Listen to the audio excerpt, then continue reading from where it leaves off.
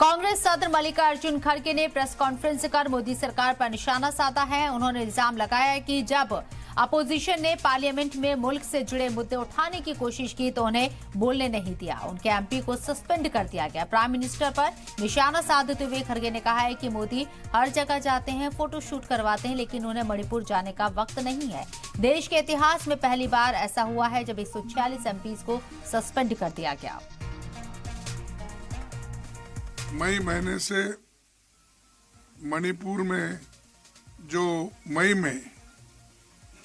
मणिपुर में दुर्भाग्यपूर्ण घटना घटी और घटती रही,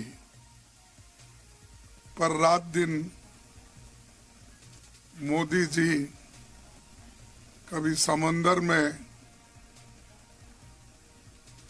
वहां पर जाके या स्विमिंग करने का दिखाते हैं फोटो सेशन, कभी अभी कंस्ट्रक्शन हो रहा है मंदिरों का, वहां पर जाके वहां फोटो निकाल लेते हैं,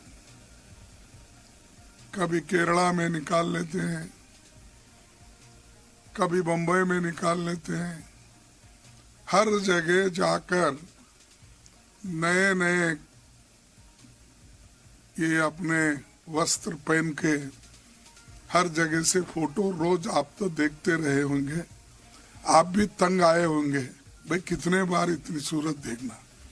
फिर भी वो सूरत बताने का वो नहीं छोड़ते और आप लोग उसकी पिक्चर पकड़ना भी नहीं छोड़ते।